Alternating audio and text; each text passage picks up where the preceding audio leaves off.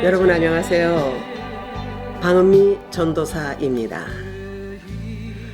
2025년 1월 15일은 대한민국의 민주주의가 그 힘을 빼앗긴 날, 정말 수치스러운 역사로 기록될 것입니다. 대한민국의 대통령이 죄인의 이름으로 체포영장을 받던 날, 역시 대한민국의 역사 이래로 없었던 일입니다.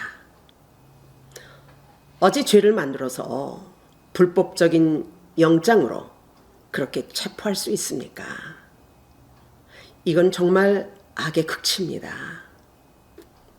그러나 아무리 그렇게 해도, 악행을 한다고 해도 곧 모든 문제가 해결될 것이고 국정이 회복될 것으로 믿습니다.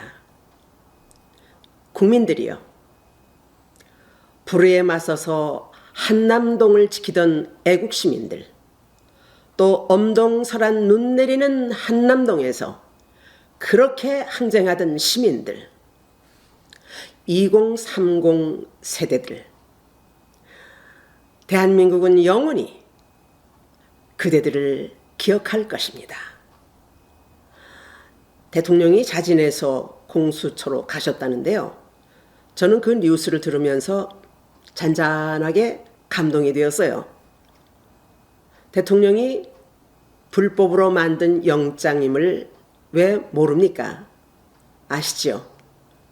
그런데 대통령을 지키기 위해서 발생하는 시민들의 어떤 사고라도, 어떤 유혈 사태라도 막기 위해서 그렇게 가셨다고 합니다. 대통령의 정말 책임 있는 지도자다운 행동, 결단이었다고 생각합니다. 국민 여러분, 현재 지금 대한민국은요, 이 엄청난 고통의 터널을 통과하고 있습니다. 국민들은 대통령과 대한민국의 국정 회복을 위해서 모두 힘을 모아서 기도해야 합니다. 할렐루야! 대통령을 지키려 했던 2030 세대들의 항전이 앞날을 위해서 훗날에 위대한 역사적인 경험이었다는 것을 확실하게 깨닫게 되고 기억될 것입니다. 그런데 이 상황에서 배신자들이 또 있었다고 하네요. 이런 상황을 볼 때 대통령이 참 외롭게 정치를 했었구나를 생각해 보게 되었습니다. 대통령은 예수 믿는 분이 아니라고 저는 그렇게 알고 있습니다. 대통령님, 예수를 믿으십시오. 앞으로 모든 것이 회복되면 국정의 모든 도움을 우리 하나님께, 주님께 요청하는 기도를 하십시오. 하나님께서 대한민국의 대통령을 지켜주시고 바른 국정을 할 수 있도록 그렇게 인도해 주실 것입니다. 아멘? 그렇습니다. 진실로 큰 일을 하는 사람들은요, 외롭습니다. 저는 이 사태를 보면서요, 예수님을 생각해 보았습니다.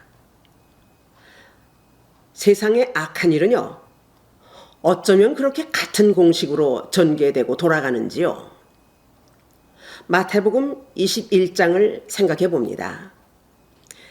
예수님이 십자가에 돌아가시기 전에 당신의 사명을 이루기 위해서 예루살렘 성에 입성하셨는데, 성전에서 불법으로 장사하는 자들이 진을 치고 있었어요. 그때 예수님께서 장사하는 자들의 그 상을 다 뒤엎으시고 그들을 내쫓으셨습니다. 즉 성전 정화 작업을 하셨던 것이죠. 또 정말 중요한 포인트가 있는데요.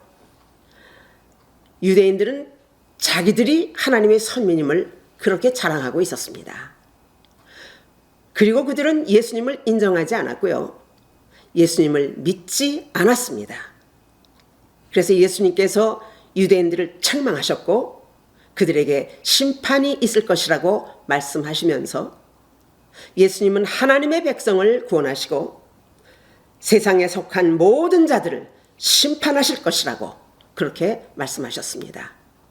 그런데 이 말을 듣고 있었던 유대인들이 그렇지 않아도 눈에 가시 같은 예수인데 얼마나 예수님을 미워했겠습니까? 결국 그들은요, 예수님에게 거짓 죄인 프레임을 씌워서 십자가로 내몰았습니다. 예수님은 하나님의 구원의 뜻을 위해서 십자가를 지셔야만 했지만요, 그 길은 엄청난 핍박의 길이었고 고난의 길이었습니다. 그래도 혼자 당하는 그 길, 얼마나 고통스럽고 외로우셨겠습니까? 막상 예수님께서 십자가를 지실 때 제자들은 다 도망가 버렸죠. 그리고 베드로는 예수님을 3번이나 부인을 했습니다. 예수님을 모른다고 부인하는 베드로를 보실 때 예수님 마음이 얼마나 아프셨겠습니까? 그렇습니다. 구원의 대역사, 십자가의 길은 결코 같이 갈 수 없고 같이 질 수 없는 길입니다. 요한복음 1장 29절에서 이렇게 말씀합니다.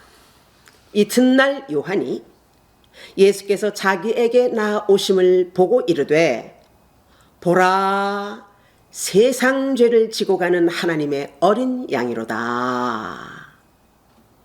큰 사명을 감당해야 할 자는요, 자기 몫의 십자가를 지고 가야 한다는 것을 알 수 있습니다. 그렇습니다. 오늘날 대통령이 이렇게 고통을 당하는 것, 대통령이 지고 가야 할 자기의 목, 십자가입니다. 대통령의 사명은 구국을 위해서 십자가를 지는 일이기 때문에 외롭고 고통스럽고 힘든 길입니다. 그리고 예수님의 십자가 앞에서 제자들이 다 배신했듯이 주변에 믿었던 자들이 배신하는 일, 이것은 십자가 밑에 항상 검은 십자가 그림자가 있는 것과 같은 그런 상황, 그런 상태입니다. 우리가 생각해 봅시다. 한 번 사는 인생인데 자기 유익을 위해서 살 것이 아니라 대한민국의 정치인이라면 국가를 위해서 한 몸을 바치겠다고 하는 그런 굳은 신념과 헌신과 결단이 있어야 한다고 생각합니다. 아멘? 오늘날 대한민국이 세계적으로 경제 부국이 된 것은 분명한 축복입니다. 그런데 모르는 사이에 이렇게 나라가 이 지경이 된 것을 생각해 보면 그 부로 자기 배만 채우려 하는 자들 때문에 오히려 저주가 된 것 같은 그런 생각이 듭니다. 또 한편 나만 잘 살면 되지 라고 생각하는 의식 없는 국민들의 나라에 대한 무관심도 문제라고 생각이 됩니다. 아직 판명이 되지는 않았지만요, 유튜브 소식통에 의하면 약 53명을 거짓 당선자로 만들었다는데요. 만약 이렇게 선거 조작이 있었다면 정말 하늘이 무섭지 않습니까? 국민들의 혈세를 받으면서 어떻게 국민들에게 미안한 마음이 없는지요. 거짓과 속임수로 나라 국정을 마음대로 흔들었던 것, 이것은 분명히 하나님 앞에서 무서운 죄악을 범한 일이 되는 것입니다. 여러분 기억합시다. 사람의 양심과 하나님의 법은 절대로 속일 수가 없습니다. 반드시 하나님의 심판이 있다는 것을, 이것을 꼭 기억하기를 바랍니다. 정권 탈취를 위한 선거 조작, 그리고 공산주의가 사용하는 짓 온갖 프레임을 씌워서 생각해 봅시다. 이전 박 대통령까지 온갖 프레임을 씌워서 탄핵하지 않았습니까? 국민들은 이 지경까지 나라가 공산화가 되어가는 것, 감지하지 못했던 것, 이거 회개해야 합니다. 정말 나라를 사랑한다면 이 지경까지 가서는 안 되지 않겠습니까? 로마서 2장 2절에 이렇게 말씀합니다. 이런 일을 행하는 자에게 하나님의 심판이 진리대로 되는 줄을 우리가 아노라. 국민들이여, 진실로 바라기는요, 대통령께서 속히 예수님을 영접하시고 구원의 대열에 서서 하나님의 은혜와 능력으로 대한민국의 대통령으로서 정치하시기를 우리가 모두 함께 기도해야 합니다. 대한민국을 살릴 수 있는 길은 오직 하나님의 능력과 은혜밖에 없습니다. 할렐루야! 모든 것을 판단하시고 모든 것을 통치하시는 분은 오직 하나님 한 분밖에 없습니다. 고린도후서 13장 7절에서 8절까지의 말씀입니다. 우리가 하나님께서 너희로 악을 조금도 행하지 않게 하시기를 구하노니 이는 우리가 옳은 자임을 나타내고자 함이 아니라 오직 우리는 버리운 자 같을지라도 너희로 선을 행하게 하고자 함이라. 우리는 진리를 거슬러 아무것도 할 수 없고 오직 진리를 위할 뿐이니. 그렇습니다. 앞으로 이 사태가 어떻게 전개될지는 아직 아무도 모르지만요, 분명한 것은 하나님께서 정의와 진리 편에 서 계시고 불의와 거짓을 멸하시는 분이라는 것을 우리는 확실하게 믿고 하나님은 우리에게 그렇게 말씀하고 계십니다. 아멘. 그리고 하나님은 악인을 심판하시되 진리대로 심판하신다는 것, 이거를 우리가 확실하게 알아야 합니다. 그래서 이 투쟁은요, 반드시 승리할 것이라고 믿습니다. 할렐루야! 교회들이요, 좌파, 우파 갈라지지 맙시다. 이 나라의 미래를 위해서 우리 모두 함께 하나님파, 하나님 편으로 돌아와야 합니다. 잠언서 13장 21절 말씀입니다. 재앙은 죄인을 따르고 선한 보응은 의인에게 이르느니라. 속히 정권이 회복되기를 기도합시다. 국민들이여, 절대로 분열하면 안 됩니다. 모두 대한민국 자유의 민주주의 품으로 돌아오시기를 축복합니다. 교회들이여, 일어나서 기도합시다. 할렐루야! 대한민국이여 영원할지어다. 할렐루야!